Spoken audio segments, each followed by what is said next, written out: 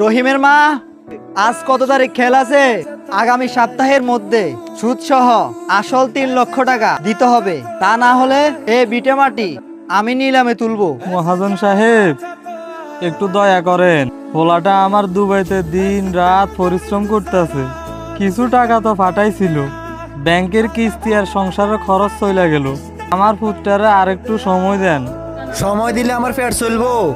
আগামী মাসের 1 তারিখের মধ্যে টাকা না পাইলে তোমার ঘরের হাঁড়ি পাতিল সহ রাস্তায় ফালাইয়া দুমু। কাগজে আঙ্গুল দিয়ে দেখিয়ে দিলাম আমি যাচ্ছি।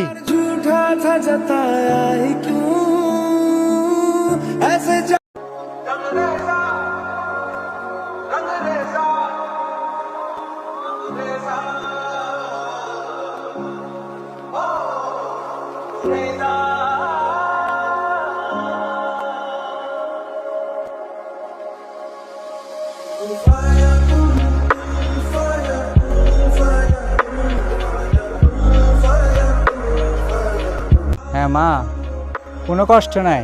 তুমি কেমন আছো? মহাজন কি আবার আসছিল? না না বাবা, কেউ আসে নাই। আমি জানি ওই লোক আসছিল, তুমি কানবা না। এই মাসের ওভারটাইম সহ সব টাকা আমি কালকে ব্যাংকে পাঠিয়ে দিতেছি। টাকা পয়সা কিচ্ছু লাগবে না রে বাবা, তুই সুস্থভাবে শুধু আমার কোলে ফিরে আয়, এই আমার বড় পাওয়া। সব ঋণ শোধ হয়ে যাবে, তুমি আর কাঁদিও না মা। তোর চিন্তা করিস না, তুই নিজের যত্ন নিস রহিম। প্রবাসী পোলা এখনো হারাইয়া যায় নাই, মা কেঁদো না।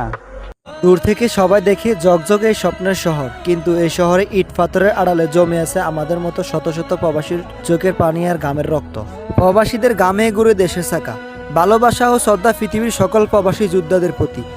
আমাদের এই ভিডিওটা আপনাদের থেকে কেমন লেগেছে অবশ্যই আপনাদের মূল্যবান মতামত কমেন্ট বক্সে জানাবেন। আর নিত্য নতুন ভিডিও পেতে হলে আমাদের এই পেজটি ফলো করে সাথে থাকবেন।